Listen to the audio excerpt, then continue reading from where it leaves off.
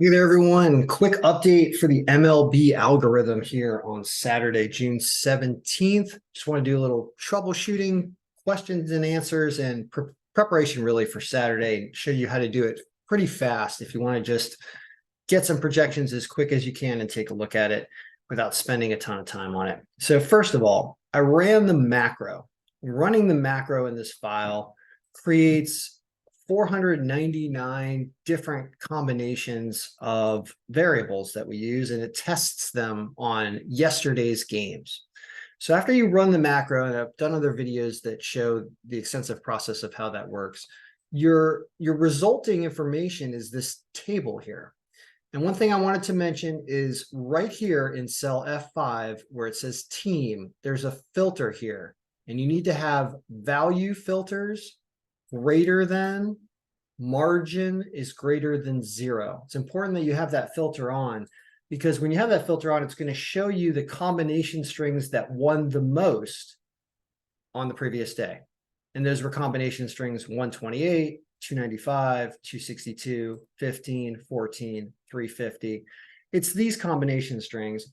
And sometimes I'll take them and I'll put them over here to look at them to see if there were any differences here. So one of the best ones was 262. That didn't use pitcher whip hardly at all. It used ERA a lot. It used lineup factor a lot. It used BABIP a lot. All right. So that was a good one here. That ended up going 10-4. Right. This is pretty good, losing Minnesota, the White Sox, the Dodgers, and St. Louis. Well, let's look at one of those other combinations. How about 128? 128 had more innings per game, less lineup factor, less bullpen ERA, and heavily on BABIP. Interesting. BABIP, which is like it's a type of batting average with innings pitched, but it's kind of pruned. I can't remember exactly what it stands for, but it's more of a narrower batting average kind of number, sort of, I think, or whatever. It was brought up to me earlier in the year, and I grabbed it, and it's actually shown some positive results as being kind of better than batting average. So anyway, point is, you have these different choices that you can use for the subsequent day. So I'm going to go with the one that has the highest margin. I'm going to go with this 262, but you can obviously run a bunch of them. It's another thing that we could do if you want to run the macro again after you prepare the day of Saturday. Speaking of preparing the day of Saturday, let's do that. So how do we do that as fast as possible? First thing we need to do, get rid of the final scores from yesterday.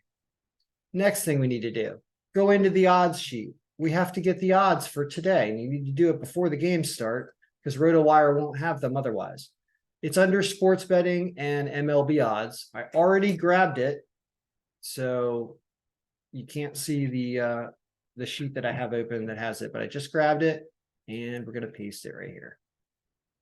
There are 15 games today, as noted down here. 15 games. Do we have 15 games in our matchup sheet? No, we only have 14 games in our matchup sheet because I missed one yesterday. I started it later. So we're adding another spot. We're giving everybody 2023 pitching stats. And we now have 15 slots in here.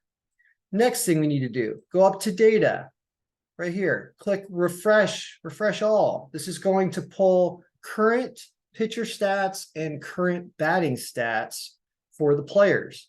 It's not going to grab the team stats, but it is going to grab the individual player and batting stats. It's unable to get it connected to the team stat part.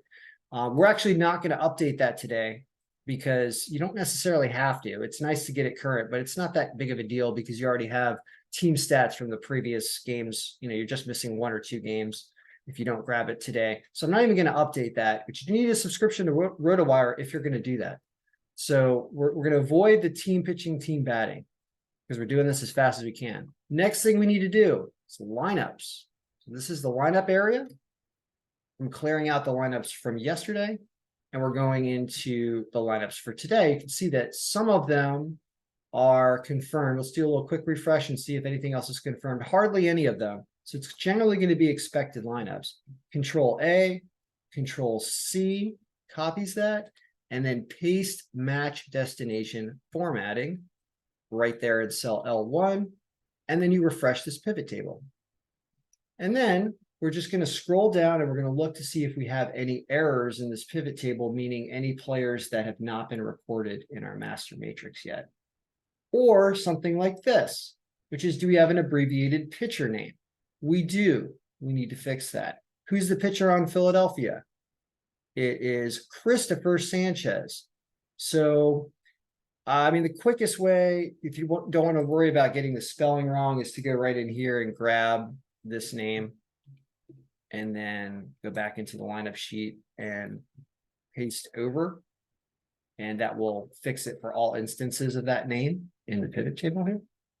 And continue to scroll to see if there are any other pitchers that are abbreviated. Doesn't look like it, and it doesn't look like there are any errors over to the right. So almost done. Batting order now. Let's go to the batting order pivot, press refresh. And if there are any holes like this, that means that there's a hole in the batting order. We need to figure out what's going on there. So the Colorado Rockies' 7th batter, who is that? Let's find that. Colorado's 7th batter is Jorge Alfaro. And he has already played 2 games. Last year he was on San Diego, so that's probably what needs to change. So let's find him in the matrix. And he was on Boston last year, and now he is on Colorado. And that will fix that. And then when we refresh the batting order, he should be fixed. And he is. Doesn't have any stats in there yet, but he is fixed. His rating is 0, meaning he probably doesn't have any hits yet. Okay, guess what? We're done. Are there any lineup factors of 0? No, all the teams have a lineup factor, which means you can now refresh this. And at combo number 262, these are your predictions for the day. No surprise, Atlanta, #1 on here after routing the Rockies 2 times already this week. Dodgers over San Francisco, even though they lost 1. Texas over Toronto. Philly over Oakland. You've got 6 teams here above 10% margin. And here's what the individual matchups look like. So not that long of a video. It's really not that bad to update this. You know, if you just want to get the odds and the lineups in there, it's not too bad. But you should frequently update the team pitching and team batting stats here to get that current as well. That will be more helpful because it is one of the 2 stats that we use here. We use average runs for and average runs allowed, which come from the team stat sheet, as well as bullpen ERA factor, which also comes from there.